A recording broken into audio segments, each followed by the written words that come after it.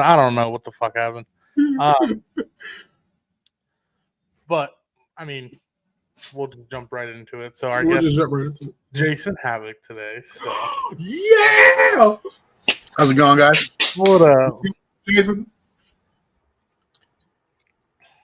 So good to see us.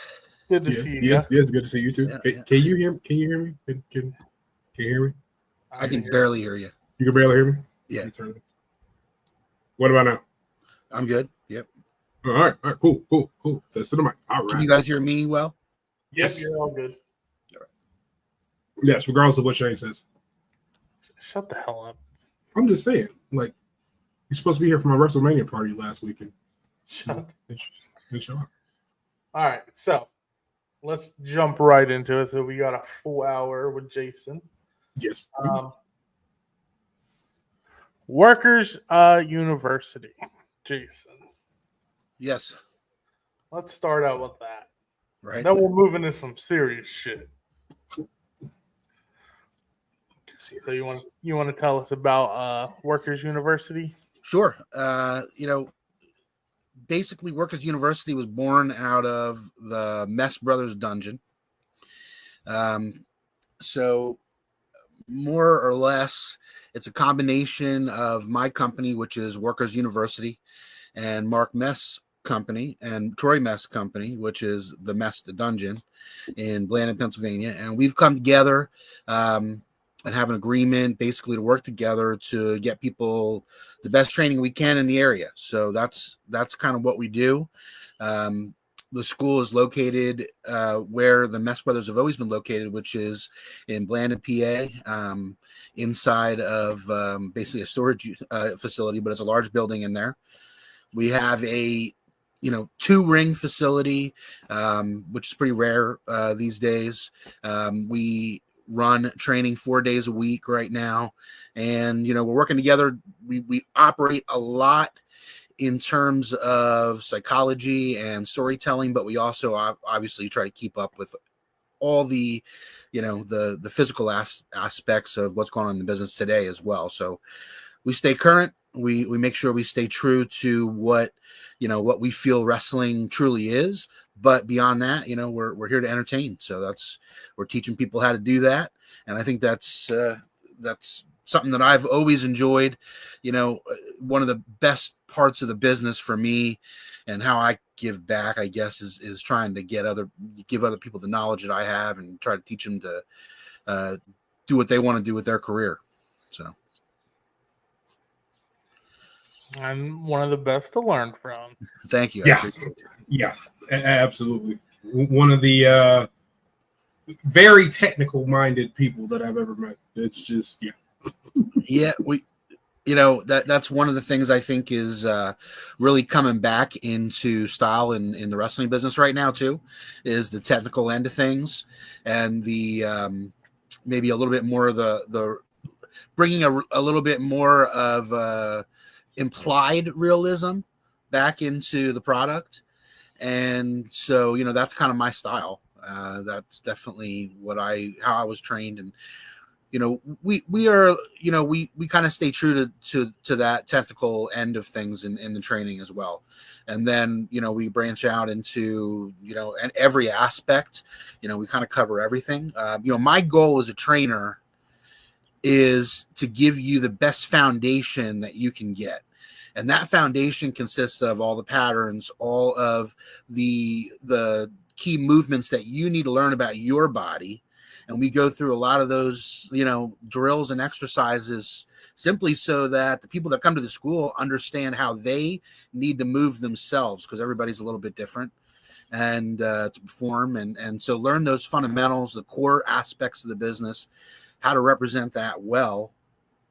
And then after they leave me, they should go on and continue their career, learn more, do more, spread their knowledge, go wherever they can go. But you need to do that. What people sometimes forget is that you really need a true foundation. You know what I mean? Like, your house is going to fall apart if it's just built on mud.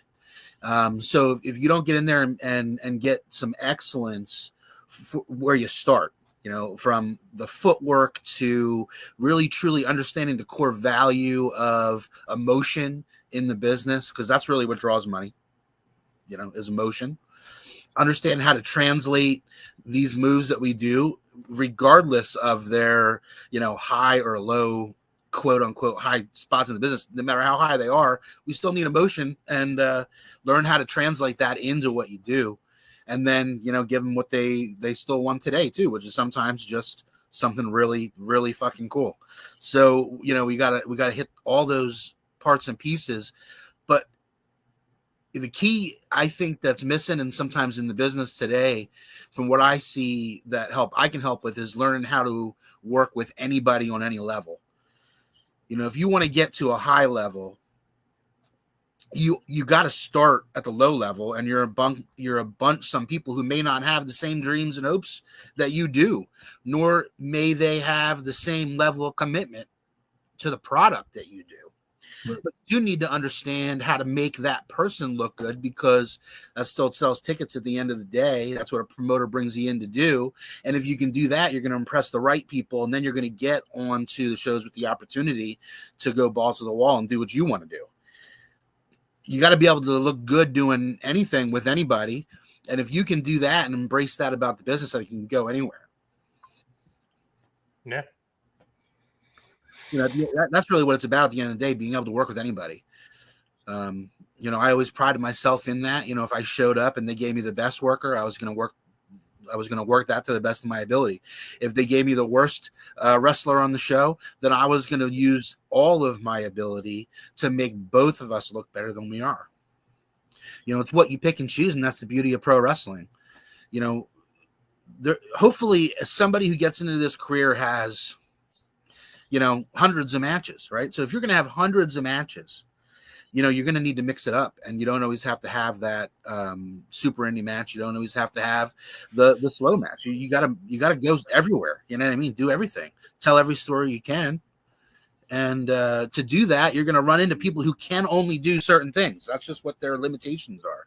If I can take somebody's limitations and turn it into a great story, or turn it into a great moment, really is what we're talking about, because it's the pop, or it's the boo, it's the whatever that crowd needed to feel in that moment. You're creating moments for people that they can take home, and you need to be able to do that with the best or the worst. To do it with the worst is even harder. So you got to have your foundation. You got to know how to make those little things look good. And if you skip that part, you may never get to the part where you get to show off all your great shit. You may never get there, because you may never be recognized to work in a promotion that has some really great people who want the same things that you want. That's what we got to remember, Yeah. So my goal, anyway, to sum all that up, I just talked for like 5 minutes straight. To sum all that up, it's about, we really focus on the foundation in the beginning. So we run an 18-month course, and I know that's kind of rare today. I think everybody today is like, hey, we can teach you in 6 months. We don't take that on, and that's just not how we are here. So when you sign up with the school, we say it's 18 months. And believe it or not, my rule, one of the things that I implemented, is that we don't really give you a match for 6 months. And a big part of that is because at one time in the wrestling business, think in the indies, you took every single opportunity that you possibly can, right? Because at that time, opportunities were not as often as they are today.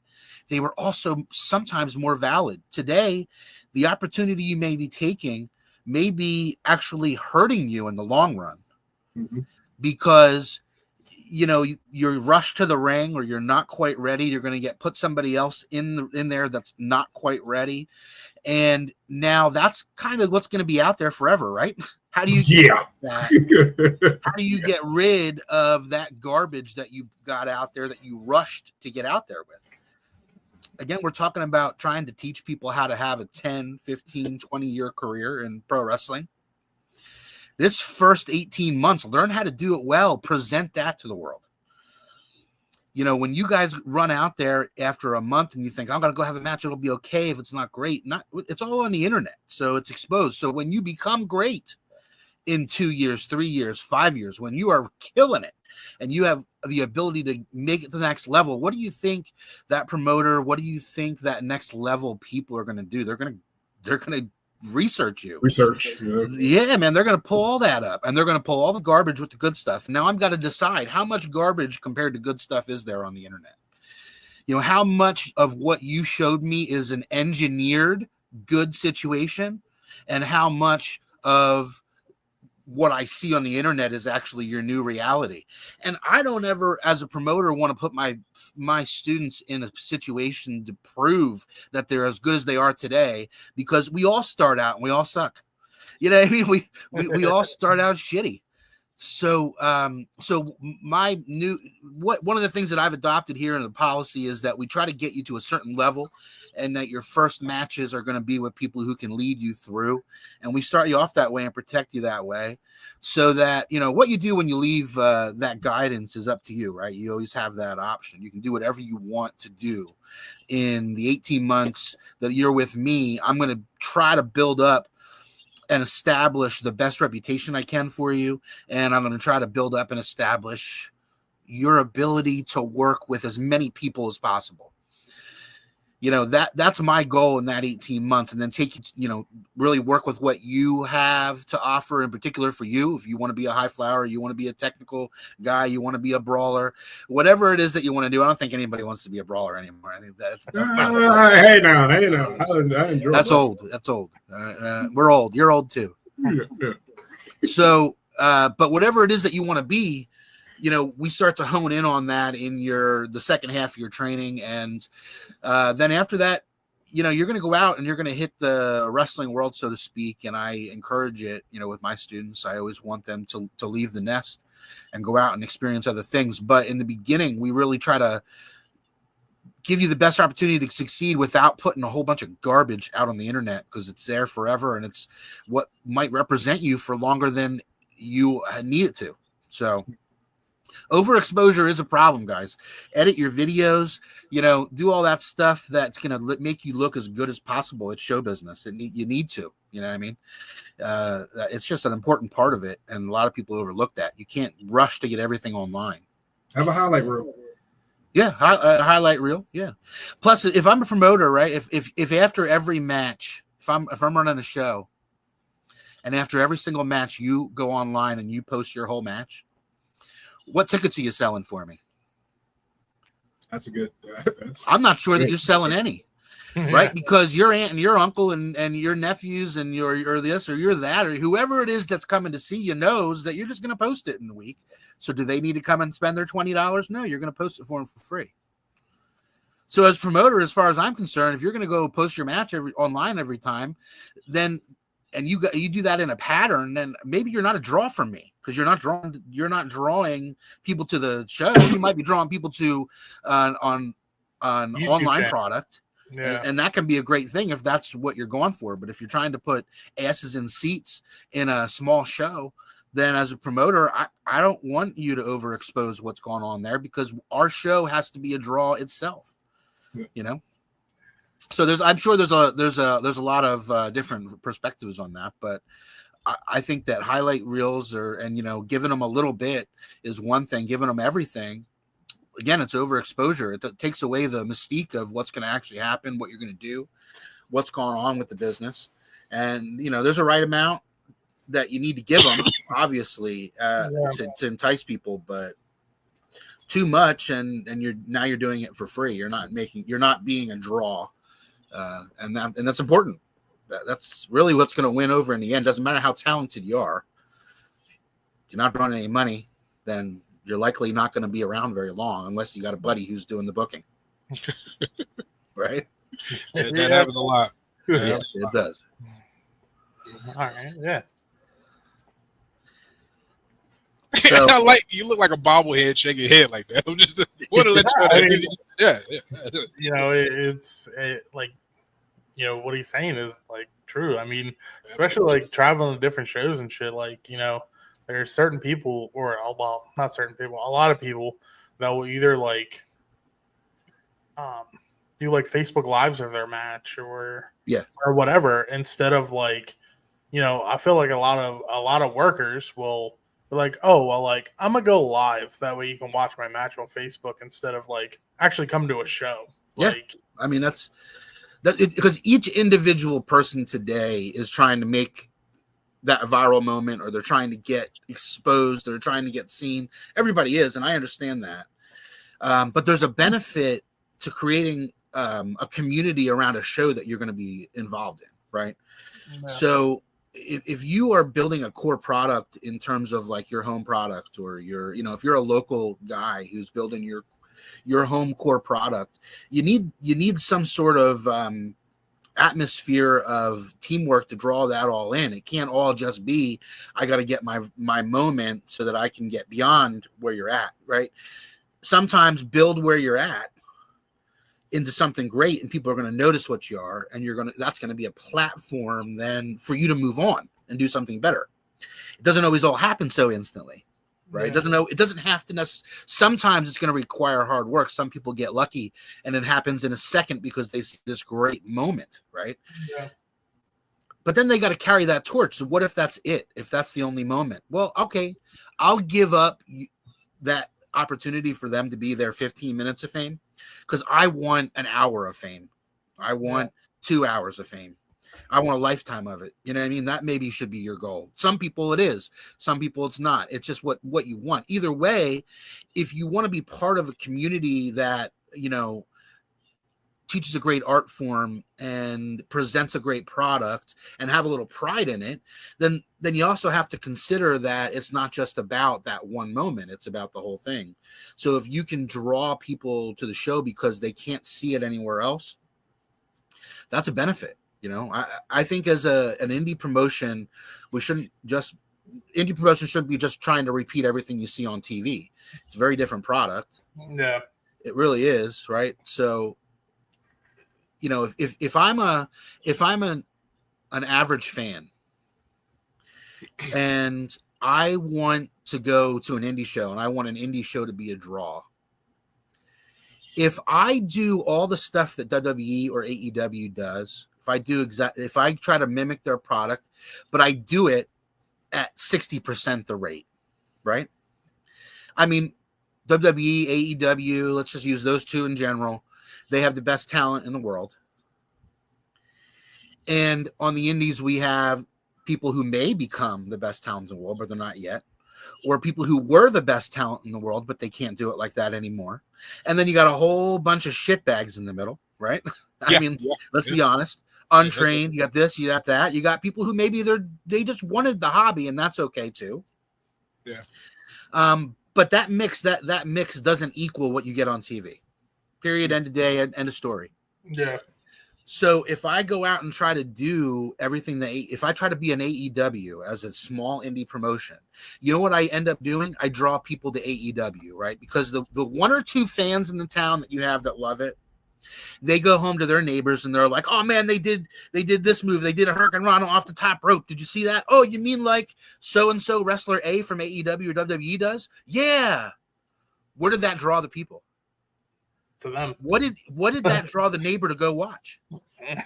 AEW and WWE. Yeah. It didn't draw them to my indie show. It drew them there. Now, if they go home and they're like, man, you should have seen what this fat fucking asshole did. He kicked this, he beat this little kid up, and he's just doing this and that. And the neighbor's like, what happened? What's going on? Okay, that's drawing people to my indie show. Yeah. Because they can't see that on TV. It's not always about the story, but it's a part of it. And then you got to have some moves to back it up. But as an indie show, I want to be my own product. And if you can be a little bit of that, obviously, we're all pro wrestling. It all falls in the same bucket. But people are trying to mimic so much of what's on TV. The best in the world are on TV right now. If I'm a person, do I want to go spend $100 to go see exactly what's on TV that I can spend? What does Peacock cost? Like $20 a month. Okay, so $20, or I take my 5 people in my family to an indie wrestling show for $100 plus food, plus a T-shirt that my kid's gonna want, and then I gotta get him one for his friend.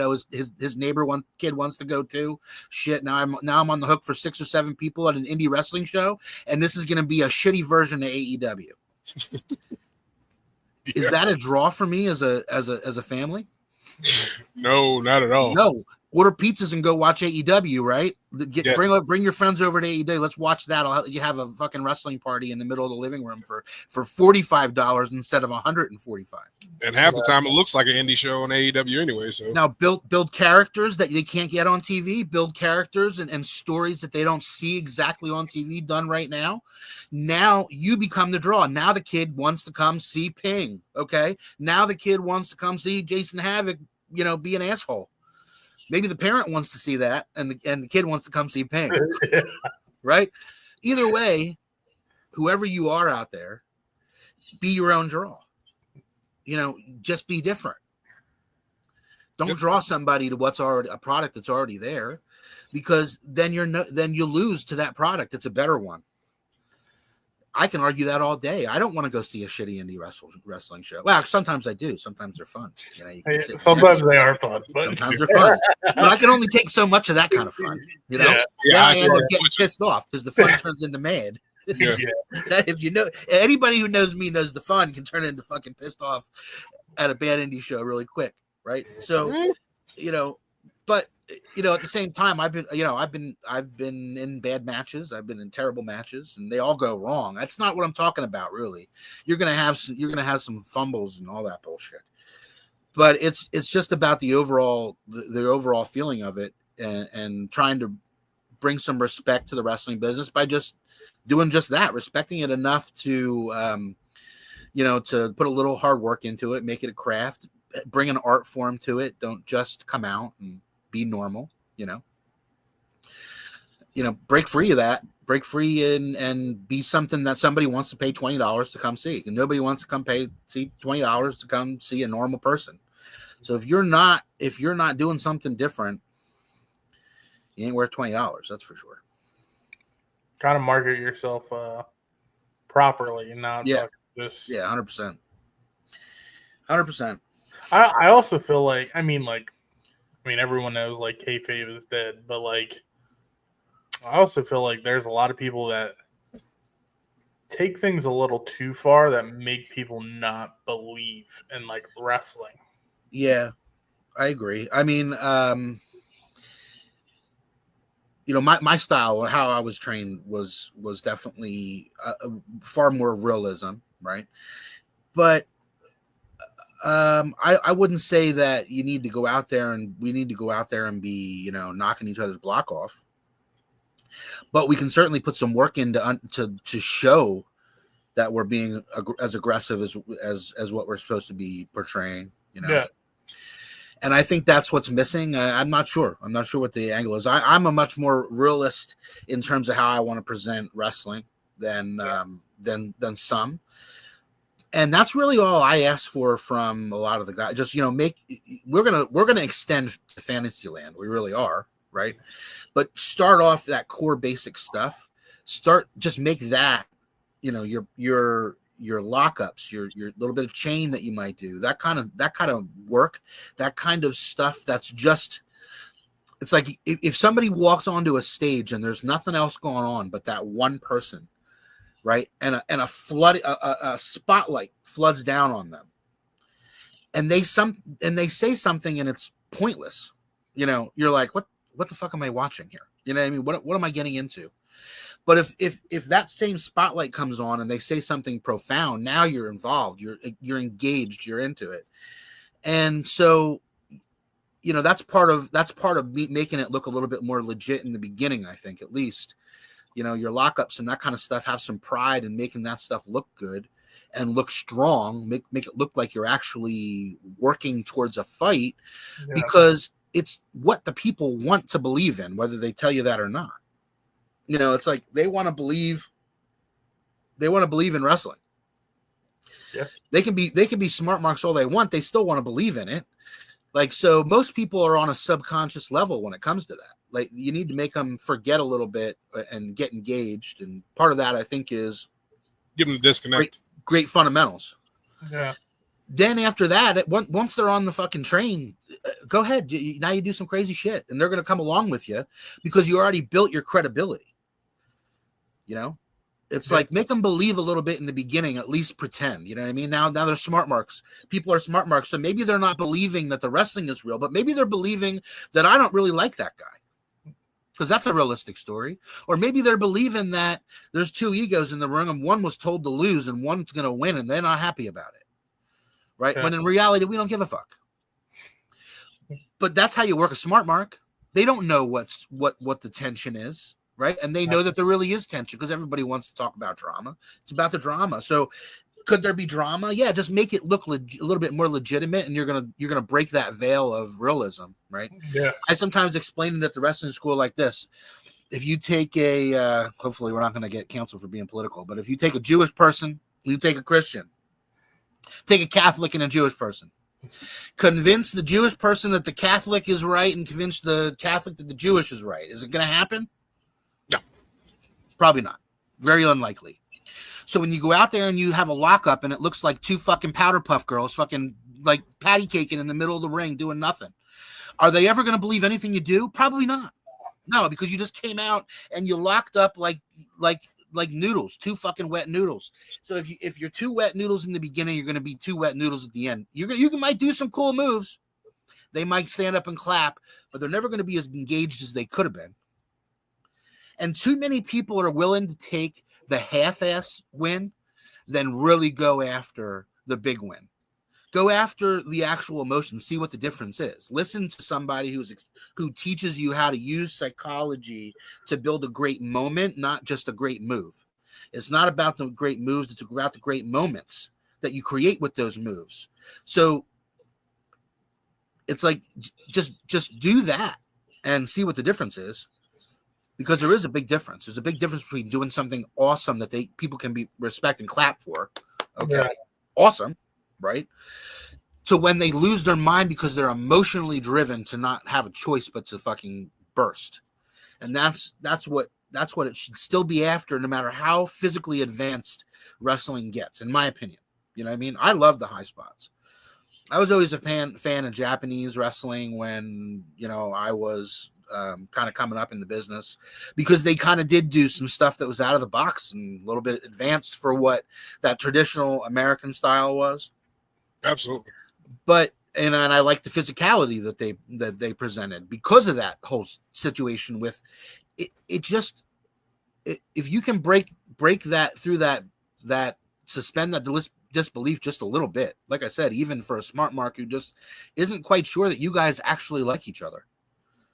And they don't know the drama, wrestle well enough and hide the truth well enough that you're going to make people question something. And then you'll really have them, I feel like, for the rest of the time. And now you can really suspend reality as far as you want to go.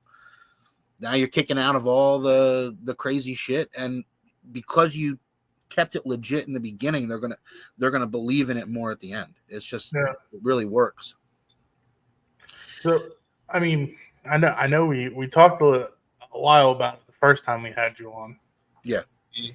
But like, what do you think like the business is like really missing today? I mean, I know there's a lot, but man, there's a big list. Yeah. But like, I mean, even like booking wise, like, I mean, I know like, obviously booking is completely different from like, when you were coming up. So like, even like at a booking standpoint, like I don't feel like a lot of people really get it. Like, how do you even reach out? I think I'm going to separate this into two different answers. The one answer is on the television end. And I'm going to just flat out say nothing's missing. That is where wrestling exists in the world today. They're doing it better than anybody else. Is there something wrong with it? We'll all sit there. We can all nitpick it to death. We all have little different likes or dislikes. But the bottom, they're driving wrestling to be more popular than it ever has any other time. So what's missing is absolutely nothing. It's growing. It's changing. It's evolving. It's a living, breathing art form. So I can tell you that there's things that I would prefer that they stayed, right? You know what I mean? Right. So take me back to, the Attitude Era. if you want me to exist in a time frame. But where wrestling is today is far more evolved. It's a whole different situation, different product, and I don't need to understand. I don't need to be that product. I can still be who I am and train people the way I do, because I'm changing them in the fundamentals, and they can grow then on their own how they want to. And I believe that if I were still had the ability to get in the ring and do what some of these younger guys can do now, I would adapt and change with it too. We all would. You still got Jason. I still got 6 minutes on a good day, but with what everybody's doing in the business today, these guys are evolving the business in a great way. Now, I think that people should be a little bit more focused on lengthening their careers. I think WWE is doing a good job of that, and there's going to be some figuring that out. I think AEW is trying to compete. If you want my honest opinion, I think there's people there that drive the fans to want more than they should. And because of that, they're shortening people's careers. And that's one of the problems that I might have with that end of the business, is that, have a product that sustains people's careers for a little bit longer, because not everybody is going to have the same amount of success. You're going to have your mid-card TV guys who can't retire on just that. They need to go work or do whatever they need to do for the rest of their life. And, if they land on their neck 4 years into their career and are never the same again, and they can't go onto the indies and get their payoff for the work that they did and the exposure that they got, because some of the guys at the highest place, the very top, are driving the business to a place where it's almost impossible. And you're feeding the fans, in my opinion, a little more than what they need, because we're competing to that level. Competition is great. I think like I said, I kind of like high spots. I want my match to be exciting, but there's a limit. There's a limit. There's a limit to what you should do with your body. And I think people got to think about their career a little bit more, but at the same time, they're there. So, if I said to many people, had I made it in the business, I'd probably be dead. Yes.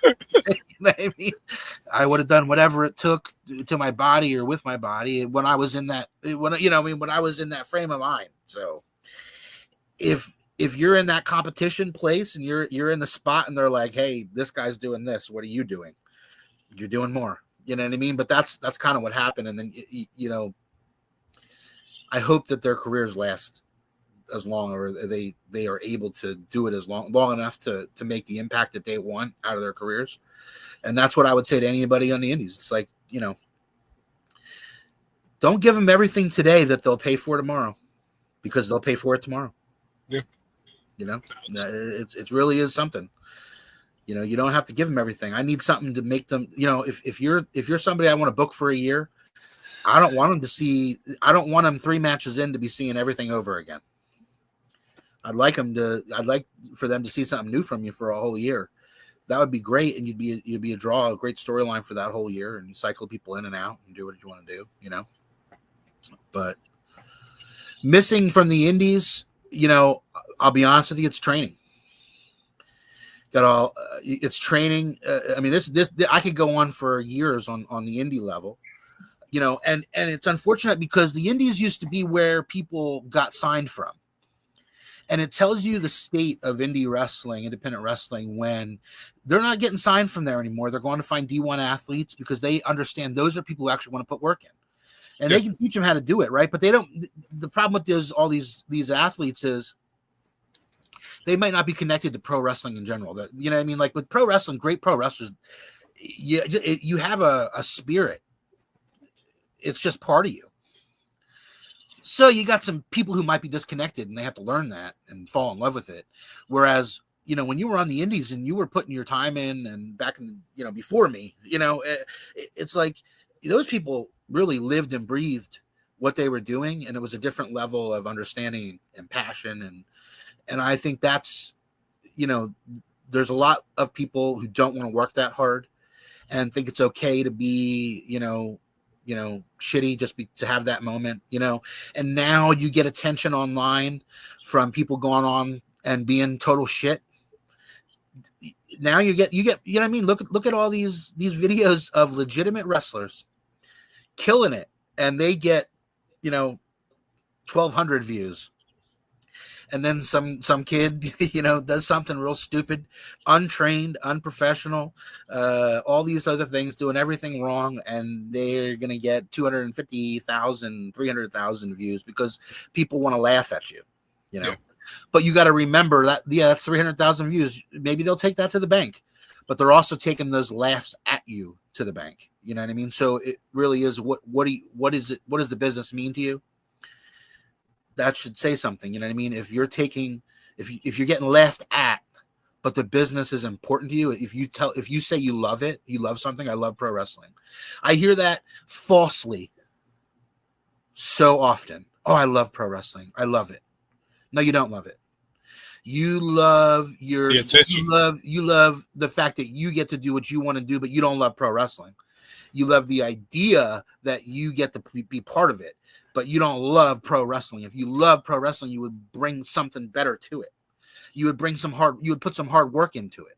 You would go after, figuring out how you do something better to represent the people who fucking broke their back before you. That's what people do who love. If you love this, but if you come to me and say, I love pro wrestling, I love it, and you're not a fan, and you mean that as a worker, then don't be somebody who doesn't give a shit that your punches look like crap. Don't be somebody who doesn't give a shit. I don't need to learn how to do the lockup grade. I don't need to learn how to do this grade. I do an awesome 450 splash. Fuck you. Yeah. That's how I feel about that. Yeah. Because you don't love pro wrestling. You know what I mean? If you're willing to sacrifice, don't give a shit about one thing. Now, if you're bad at something and choose not to do it, I applaud you. Right? I have plenty of people who come to me and say, you know what, my punches suck. I do something else. Okay, thank you. Thank you for thank you for making that good decision. You know what I mean? But it doesn't mean they didn't work at it. It doesn't mean they didn't try to get better. They figured it out. They brought, that's, again, we'll go back to what's great about the business is we can work around all of our weaknesses. That is a great thing about pro wrestling. Are you hurt? What's hurt? Your arms hurt? Your legs hurt? What's wrong? We can work around that. You know what I mean? What are your limitations? I can't do these kinds of moves, but I can do this. We can work around that. But what I can't work around is people who aren't willing, who want to be part of something and say they love it, but aren't really willing to put any work into it, are willing to get laughed at. They're willing to go to a show and be part of a show that when a new wrestling fan goes there, they go, oh, you mean this is the shit that you do? You don't love pro wrestling if that's who you are. Yeah. And that's, there's something for everybody.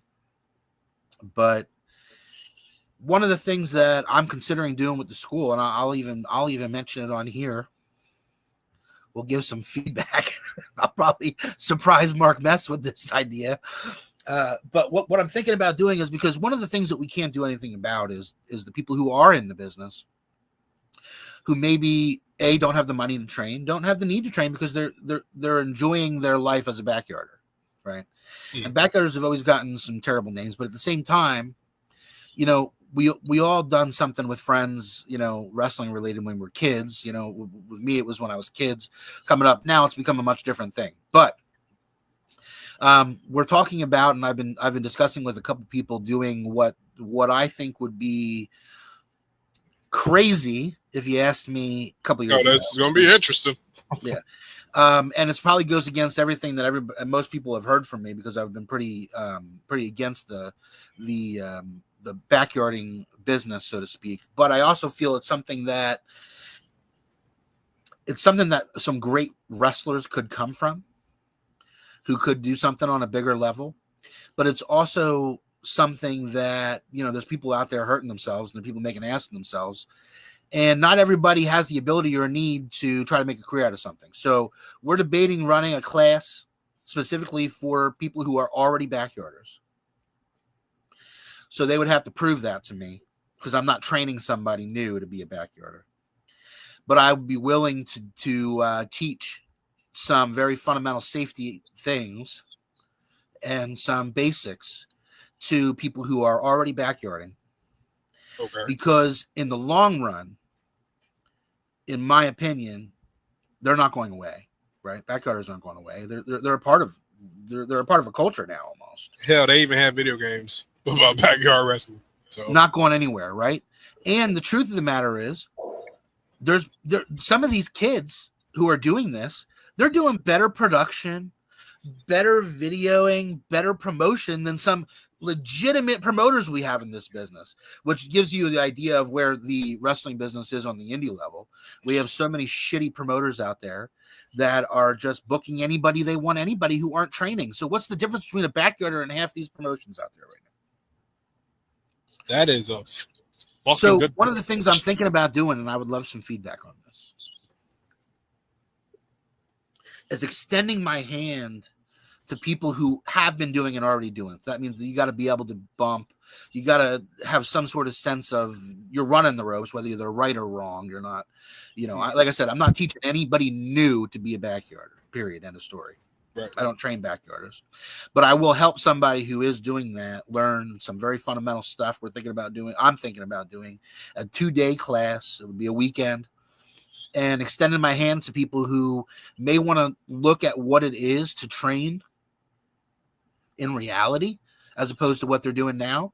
And I think we may bring some of those people who are fooling around with it and in backyarders and falling in love with it there and bring it that next step and offer that. Yeah. So how would you go about doing something like that? Like, one, it's the fact that like somebody is a backyarder, right. And two, like, I mean, damn, that the concept is interesting as hell. Like, I mean, like you said, one of the things that so I didn't mean to cut you off, but no, you're good. So as far as the state of the business goes, I think backyarding is one of the reasons why the business is gotten, I want to say, sloppier, because legitimate promoters just started booking people in that were pretty much just trained in the backyard, whether it was a true backyarder or just trained by their buddy somewhere who wasn't trained properly. It's just, so now you take that and you give these people, the idea that there's a separation, and there is, because they're not professionals, right? We've always separated that. But now that line is blurred to such a degree on the indie level. I can't go to I want to say, let me be positive here and say 50%. 50% of an indie show you go to, there's a good chance that the level of people on that show, at least some of them, are no better than any backyarder, if not worse. You are being real generous with 50%. I told you I was going to be positive. You're real generous. Going to be positive. Like shit. Yeah. Right? I mean, So what's the difference now? You now I can go online. I can watch. I was speaking about this with somebody else. You can go online. You know what they got. Sometimes they're very inventive, right? Because they are in love with the business, right? Some of these backyard places have like better. I don't want to say equipment, but like hardware when it comes to like some of these titles look amazing for some of these backyard places. Yeah. And you go to some promotions where the title is just like, okay. Yeah. Right. Well, to them, it's. I think it's about creating a little more realism on that end. So they'll spend the money on the great. They'll spend the $3,000 on the fucking awesome title, but they won't go spend $1,800 to train to be a fucking pro wrestler. Right. But, okay. You know what I mean? We can laugh about. I'll laugh about that with them, and I'll make those jokes too when they come to my fucking school. But the truth of the matter is, I'm not seeing much of a difference anymore. I'm a difference. So one of the things that I struggle with is I don't want Mark's school, and I don't want my school to be associated with being a backyard school. But at the same time, what does keeping people who might learn something about the business, what does that do for us? You know what I mean? As a school, I have to be able to, in a way, make sure people can protect themselves. So that's one of the things that we teach. So in essence, that class would be about, some of the ways that you protect yourself in the fall and some of the fundamentals of that to keep some kids from dropping on their head and breaking their neck. At the same time, you might have some people who really are good at this, great at wrestling, and exposing them to the reality of training. They might decide to move over and be a great wrestler. And you don't know, the backyarder today might be, the WWE superstar tomorrow. You just don't. So I know it's radical, and it's not a decision that I've actually made officially yet. I'm just, you know what? I probably shouldn't even put it out there for the whole. Oh no, I'm glad you did, because that's interesting as shit. Like, but I just, I'd love to get some feedback on them, because really, how is it protecting the business at this point? It's almost turning a blind eye to something at this point. Right. Oh, we got this mess over here. We got people, doing this, and then we're saying, be a professional, right? One of the things that I preach is, be a professional. If you want to be part of this business, be a professional, right? And then I go to a ring rental, and the show might not be that professional, And most of the shows that Mark does ring rental for are on the up and up, but we've all been there. We've all seen, you travel around this country wrestling, you run into less and less professional as you go. So now I'm saying to this kid who's being a backyarder and saying, be a professional, have some respect. But down the block, somebody who is saying they're a trained pro wrestler is doing that same thing that they're doing. And somehow I can't say, you give those other people a problem. I want to give everybody a problem who doesn't bring respect to the wrestling business. I really do. You don't have to be the greatest pro wrestler to bring respect to the wrestling business. You can have all the limitations you want, just understand what they are and understand how to use them and manipulate the crowd with them. I'm not saying that you have to be Bret Hart or Shawn Michaels. I'm not saying you have to be anybody who existed on that level, but you have to understand what you are and are not good at, and you have to be willing to accept that and turn that into something that's respectable. If you're not willing to do that, then we go to a professional show that books in terrible people who are untrained, who really don't care, who just work out with each other and pat each other on the ass and say, great job, good job. Yeah. Don't learn psychology. What's the difference between that and backyard? Yeah. I also feel that, like, if you would do this, I would feel like it could possibly lead to something much bigger too. Open the door more for them to actually become a trainee. Well, that's look, ultimately it's all about building the business, right? And there is some great characters out there, and there's some great people out there who right now are wrestling in somebody's backyard, and they're putting their time and energy into something that they don't, that could be more real than that if they really want it to be. Maybe they don't. And I'm saying, you know what? I'm okay with that if they don't, because there's a whole lot of people that come into the wrestling business and they figure out in a couple months that it's not for them, or they leave and I'm going to go to a school that's easier. That happens a lot. We're a tough school. I'm a tough school. Where you guys trained was a tough school. Rob's a tough school. And when I say tough, I just mean we do the fundamentals and we make you look good in a fundamental way before we get to all the fun shit, and that's where you lose a lot of people in that first 6 months when you're doing footwork and you're doing all that stuff. You lose a lot of people in that because they think it's all going to be springboards and moonsaults and fun shit. Mm-hmm. But you got to get through that fundamental work to get to the fun stuff. And then when that once you get to that level and it opens up, I mean, what is there that you can't do?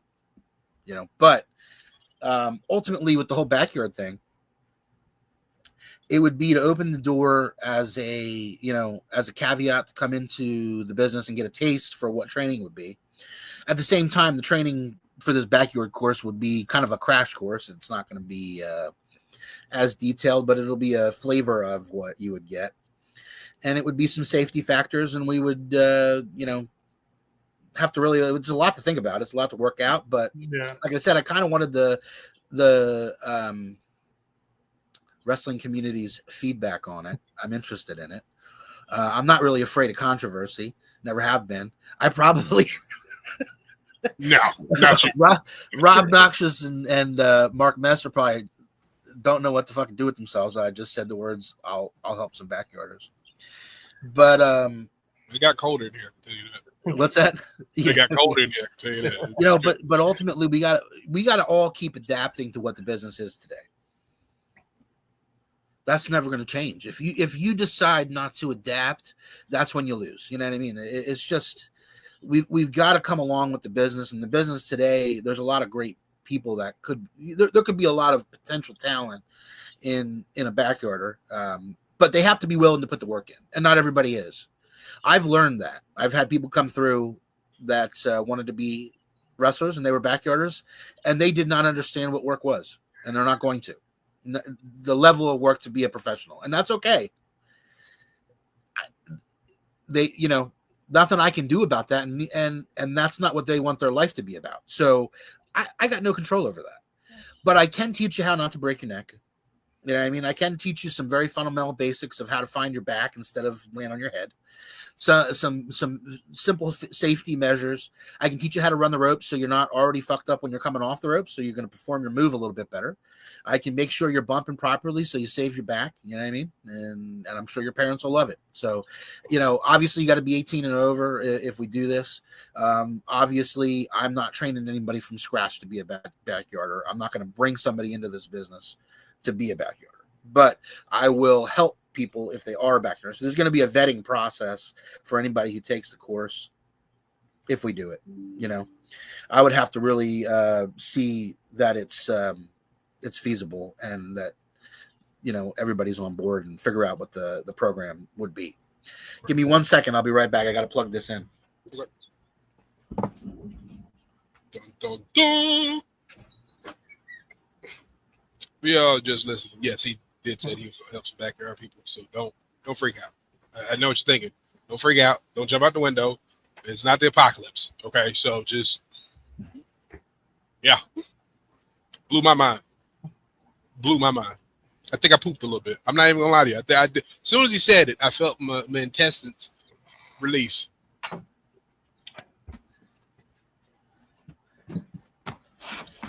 Absolutely not.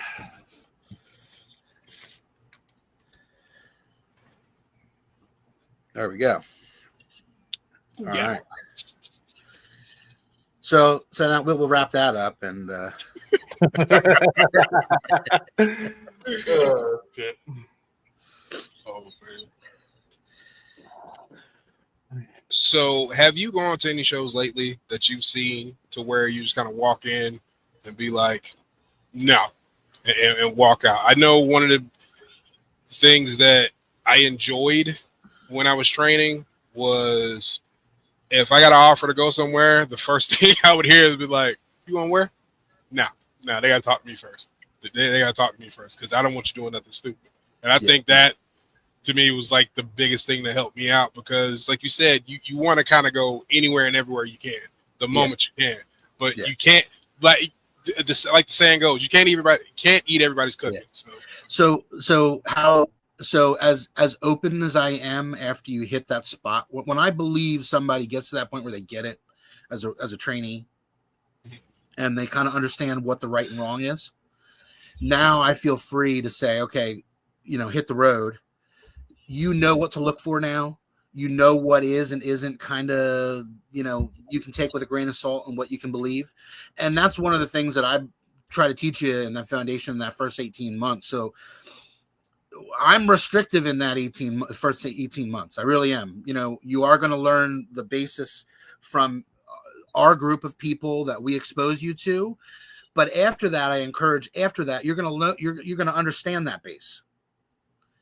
And when you are there and you have a true understanding of it, you can go elsewhere now and you can take pieces of one person's advice and pieces of another person's advice and then adapt to be your own animal.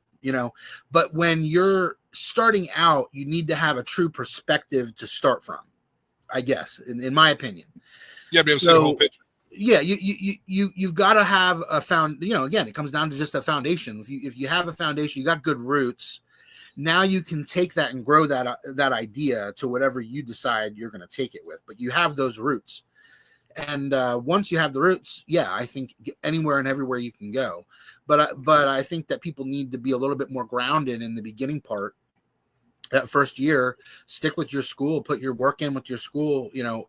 With workers, you sign 18 months that we really work with you heavily, and that we give you, everything kind of runs through us, myself, Mark, and Troy, and a couple of the other people who are guiding, lights there, Jim Brennigan, Jimbo. Everything kind of runs through us because we want, just like you were saying, it's like, I don't want you to be told something and not know the difference of what's right and wrong. I want you to truly be confident in the core parts of what you should listen to and what you shouldn't. Once you know that, you'll understand it, because you'll have your own kind of mojo with the business at that point. You'll have your own groove that you've worked out for yourself and understand, and then you're going to grow infinitely. I really do believe that. If you have your good foundation, you can hit the road. You can go wherever you want to go. You're going to learn something from everybody, and you take little pieces of that, and then you turn yourself into the worker that you want to be, or that you become. I think that's one of the things that's probably missing from the indie scene, is that people are not really traveling as much. And I know it doesn't pay to travel, and everybody says, they want money to travel, but at the same time, I was always willing to travel somewhere one time before they had to pay, and sometimes it was just for the experience. So maybe you got to take a drive, and you don't got to go there twice. If you feel like you gave them their value, then they got to pay you. But you can't be unrealistic. If you're not a name, why would I pay? If I'm in Pennsylvania here, and you're not somebody who's really, and on my terms, going to bring that value to the locker room, bring that value to my other trainees, teach them something. If you're not a name, or you're not going to draw the crowd, then you have to be doing something else for the people around you. I would bring in somebody like a Toby Farley or somebody like that whether or not people knew them or not, because they're going to grow my locker room. They're going to basically teach the people around there what you can do, who you can be, some of the things that you can achieve. That's a value, right? Whether if I go to a new town that never heard of him or not, he's going to bring value to my company. And he's going to have a great match. Someone like that, now you can pay them more money. But if you're not a guy like that, if you're young in this business, if you're starting out, and you want to go to Tennessee to maybe expose yourself to something down in Tennessee, or you want to go to Ohio to expose yourself something down to Ohio, you may have to go and spend that money, because as a promoter, if I was in Pennsylvania drawing somebody the opposite way, if somebody was in Ohio, they don't know who you are. You're not a name. You're not a draw. And I don't know exactly what you can do yet.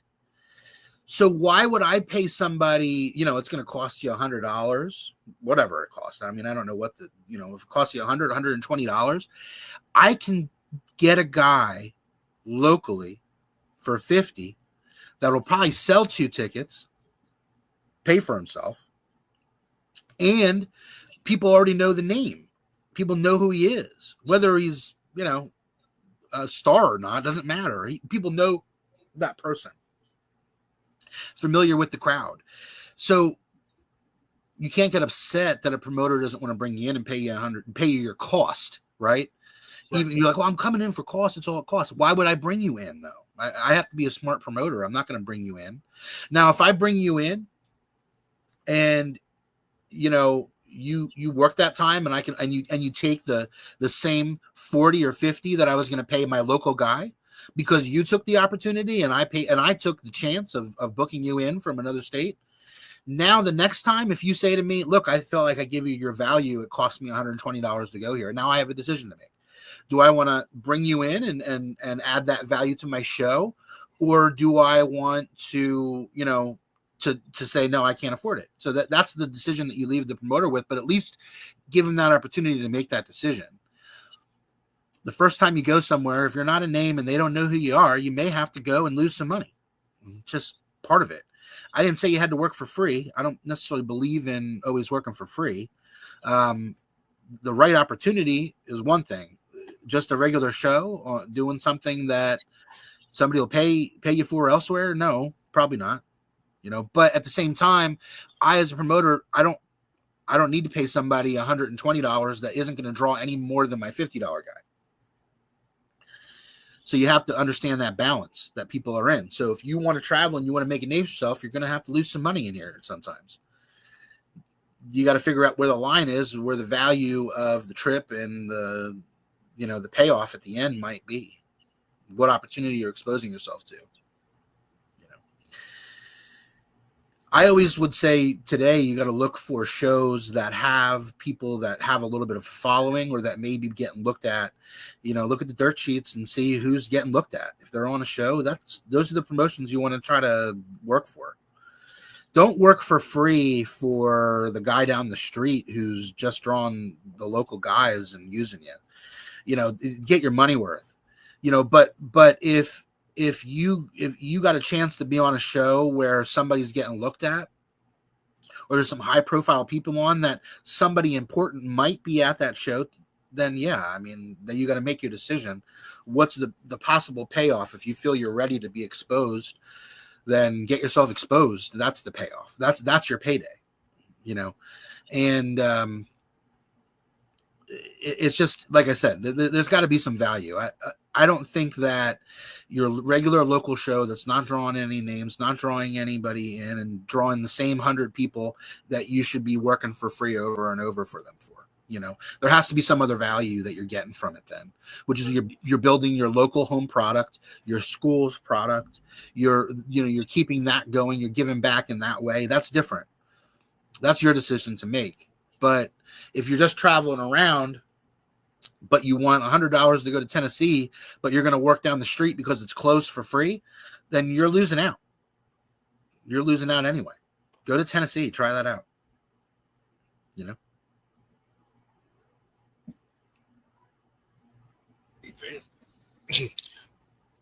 Bloop. Oh, man.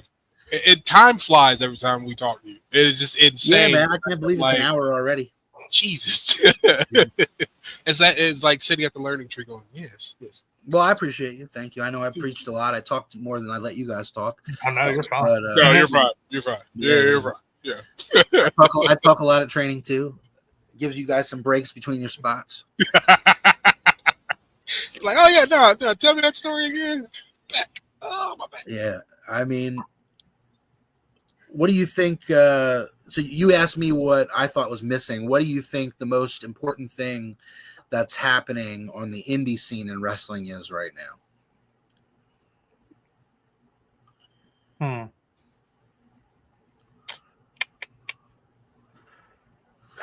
Important happening in the indie scenes.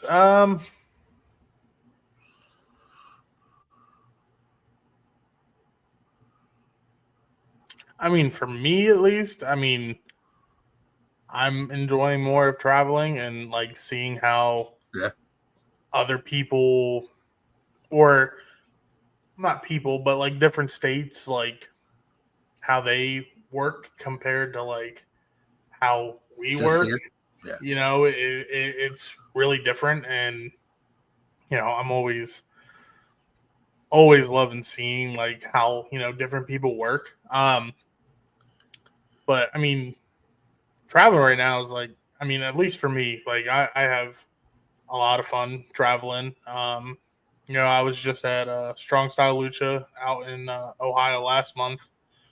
Going there next month.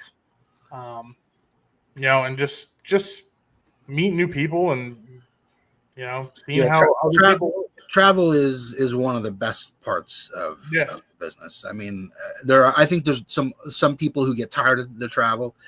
I just never get tired of the travel, and I never did get travel. I wanted to travel everywhere and anywhere, but the different places you go that just they operate at different speeds. They operate, when I was traveling around, we got to Texas and we were wrestling for TWF out there, and it was Rudy Boy Gonzalez. And he, after the match, he's like, "It was a good match, but you guys just kept picking each other up." And we were like, "Oh, we thought we slowed it down. Like, we really thought we slowed down compared to our typical, like, East Coast, fast-paced wrestling." And I'm like, "Well, I don't know, but we're at home sometimes. It's like, if you don't pick them up, they kind of, they want to be moved along, the ECW style of, ECW patience level." Yeah. And, they were like, why would you pick them up if the point is to pin them? And I can't argue with that. Yeah. If the point of the match is to pin somebody, then why would you pick them up every time? So it changed, and I was more I would say a veteran, not a veteran. I was just experienced at that level. But because I had been wrestling at a higher pace, and then also trying to make it to that next level. So when you're trying to make it to the next level, sometimes you're like, "Oh, fuck it, I just got to do more and more and more." And that's kind of what we were talking about earlier. So, but it's like that lesson of like, no, actually, like, slow it the fuck down, kid. Yeah. I wasn't a kid at that point, but traveling is like huge to get yourself better, to meet all the people you're going to meet traveling. There's no better teacher than that. Yeah. It's huge, traveling. What about you? What would you say the most important thing in indie wrestling happening right now? From what I've been seeing, I think I'm enjoying the fact that guys are putting a lot more investment into themselves. When you see the way, like, a lot of these guys are actually coming in with gear, coming in, with something that's semi-presentable. You don't see as much as the cut-off T-shirts and the basketball shorts and stuff, and coming out with a pair of sneakers. Like, guys are actually, putting some effort into how they look. Yeah. I think that's one of the things that confuses the business is the TV end of, TV legitimizes you automatically. If you're on TV, you can go out there wearing sneakers, wearing your cutoff jeans, wearing your basic, the shorts, the same shorts you can get at Adidas and Dick's Sporting Goods. It doesn't matter because TV legitimizes you automatically. Nobody's questioned their professional level because they're automatically professional. They're doing it on a national stage on TV, right? But how as an indie guy do you stand out? How do you separate yourself? Again, right? Nobody's paying to see a regular guy. If I'm going to an indie show and I'm forking over my hard-earned money as a family, they're not doing that to see the guy, just a normal guy. You know what I mean? They're not doing that to see their neighbor. So I always say to people, think about it. Like, if you're wearing something that you can get off the rack at that easily, I know you can go online and order wrestling stuff now. I get it, right? It's easier, but it's not as easy as going to Dick's Sporting Goods. So if you're wearing one of these shorts, I feel like that look like, the MMA shorts that you can get anywhere. I get it. It's different. It's look, but at the same time, it doesn't separate you from the guy that's sitting right there in the crowd. Your kick pads and your wrestling shoes. Hey, wear your kick pads, but put a pair of boots underneath them. They can even be softer boots, whatever. So they're easier or lighter. But a pair of boots is a lot harder to get than a pair of wrestling shoes that you can get at any sporting goods store. And I feel like you want to be as much of an attraction as possible to draw people in, or to make people believe in who you are and what all the work that you're putting in. I would say that's something I did wrong in my career. I did not put enough into my my gimmick, my look, my clothes.